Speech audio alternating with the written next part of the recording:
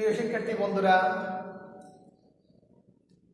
পরত উচ্চ বিদ্যালয় কর্তৃক আয়োজিত অনলাইন শ্রেণী কার্যক্রমে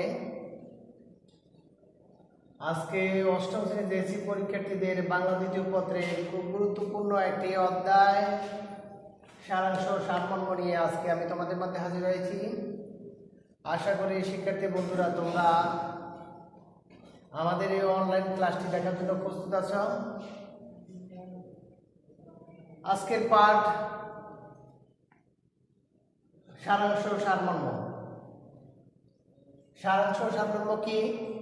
কোন বড় লেখাকে ছোট বা সংক্ষিপ্ত আকারে প্রকাশ করাকে সারাংশ বা সারমর্ম বলে।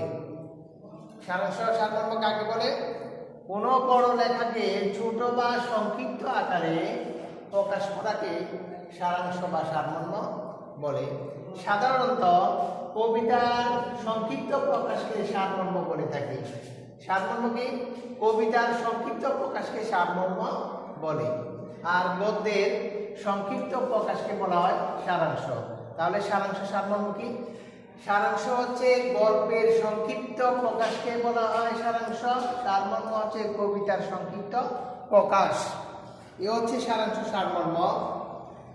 শিক্ষার্থী বন্ধুরা, এক্ষেত্রে উত্তরাংশে যে বাক্যগুলো অপ্রধান সেগুলো বর্জন করতে হবে। মূল অংশে যে প্রসঙ্গে উল্লেখ নেই তার অবতারণা পরিবর্তন। শিক্ষার্থী বন্ধুরা, এবার আসা যাক সারাংশ সারমর্ম লেখার পদ্ধতি। আমরা সাধারণত পরীক্ষার মধ্যে সারাংশ সারমর্ম দিয়ে থাকি, আমার উত্তরপত্রে লিখে থাকি, সেটা যথাযোগ্য সারাংশ সারমর্ম লেখা হয় না। আজকে আমরা জেনে নেব সারাংশ সারমর্ম লেখার পদ্ধতি। সারাংশ সারমর্ম লেখার পদ্ধতি। প্রথমে অংশটি ভালোভাবে পড়ে নিতে হবে। যে সারাংশ সারমর্মটি আমার প্রশ্নের মধ্যে আছে সেটা ভালোভাবে আমাকে কি করতে হবে? পড়ে নিতে হবে।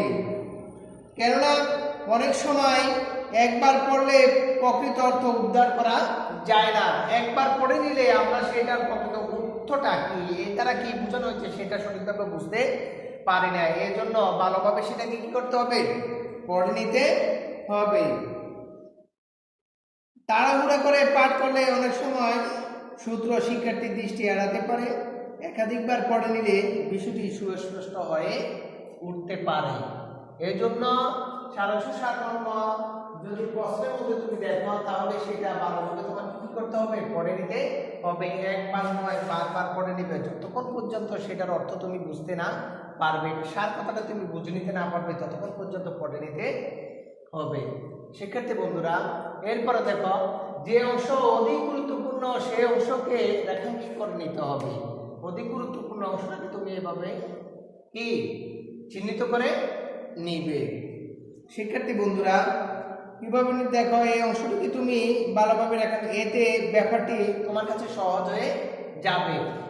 সারাংশ সারমর্মের মধ্যে যে অংশটি তোমার কাছে গুরুত্বপূর্ণ মনে হবে এটাকে যদি তুমি রেখাংশ করে নাও তাহলে তোমাকে বুঝে নিতে সহজ হবে যে এই অংশটা গুরুত্বপূর্ণ, এর আলোকে আমাকে সারাংশ সারমর্মটা লিখে দিতে হবে। এরপরে আসো যে অংশটি বাহুল্য মনে হবে তার সে অংশকে বন্ধনী দিয়ে আলাদা করে নিতে হবে।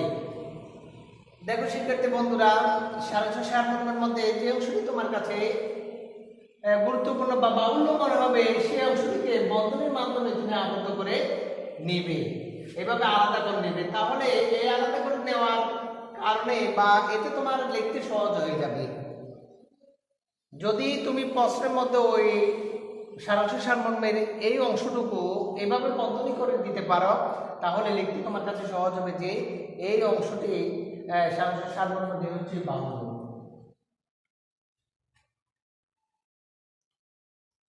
এরপর আসো বাক্যটিতে মূল বাক্য সারমর্ম সারাংশের সন্নিবেশিত হওয়া উচিত। এই যে সারাংশ সারমর্মটি, এটার মূল বাক্যটা, এটার যে মূল বাক্য, এটা যে মূল কথাটা, এটা যে সার কথাটা, এটা যে মূল্যবান কথাটি, সেটা যে সারাংশ সারমর্মে সন্নিবেশিত করতে হবে, এটাতে তোমাকে অংশগ্রহণ করতে হবে, সেই অংশটি তোমাকে তুলে ধরতে হবে। শিক্ষার্থী বন্ধুরা, এরপর দেখো মূল থেকে কিছু কিছু অংশ বাদ দিয়ে আবার কিছু কিছু অংশ লেখা যাবে না। আমরা এখানে আমাদের শিক্ষার্থীদের একটি ভুল ধারণা বা আমরা এইভাবে করে থাকি। শিক্ষার্থীদের তোমরা উত্তরপত্র লেখার সময় সাধারণ লেখার সময় উত্তরপত্রের মধ্যে এই ভুলগুলি করে থাকো। যেমন যে সারাংশটি তুমি লিখতেছ সেই সারাংশটির মধ্যে প্রশ্নের মধ্যে যে সারাংশটি দেওয়া আছে সেটার কিছু অংশ বাদ দিয়ে আবার কিছু অংশ তুমি তোমার উত্তরপত্রের মধ্যে লিখে দিতেছ। এটা তোমাকে কি করতে হবে? পরিহার করতে হবে। এখানে কি বলা হচ্ছে দেখো, মূল যদি কিছু কিছু অংশ বাদ দিয়ে আবার কিছু কিছু অংশ তুমি কি করে পেলো লিখে পেলো, সেটা তোমাকে কি করতে হবে? বাদ দিতে হবে। এরপরে আসো, সারাংশ সারমর্ম লেখার সময় চিন্তা শক্তিকে সজাগ রাখতে হবে।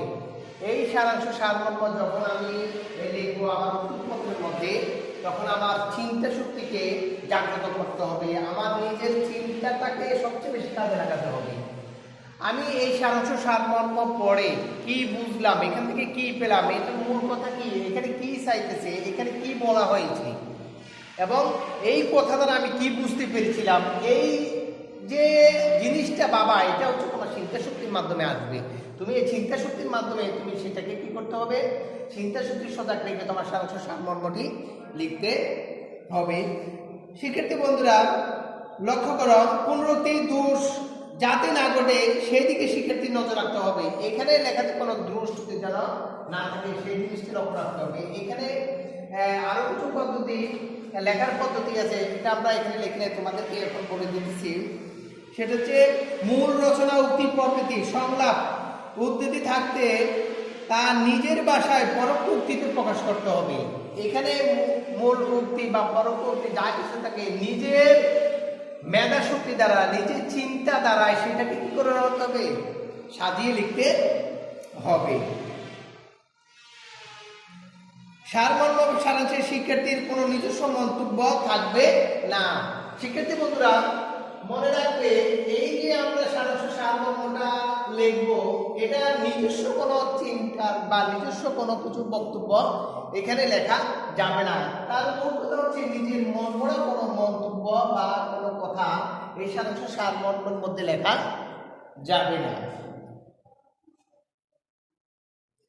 সারমর্ম সারাংশ তৈরি করতে শিক্ষার্থীকে শব্দ বা ভাষা ব্যবহারের প্রয়োজনে নির্মম ও নিঃশব্দ হতে হবে।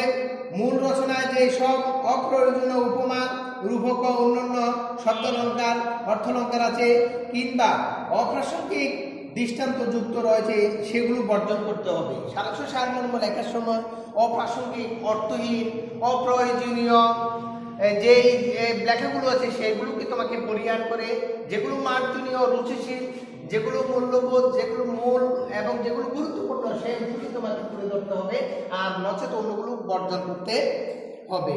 শিক্ষার্থী বন্ধুরা, তাহলে আমরা আজকে সারাংশ সারমর্ম লেখার যে পদ্ধতিটি তোমাদেরকে দিয়েছি, ভালোভাবে সেই পদ্ধতিগুলো বুঝে নেবে, সেগুলো ধারণ করবে।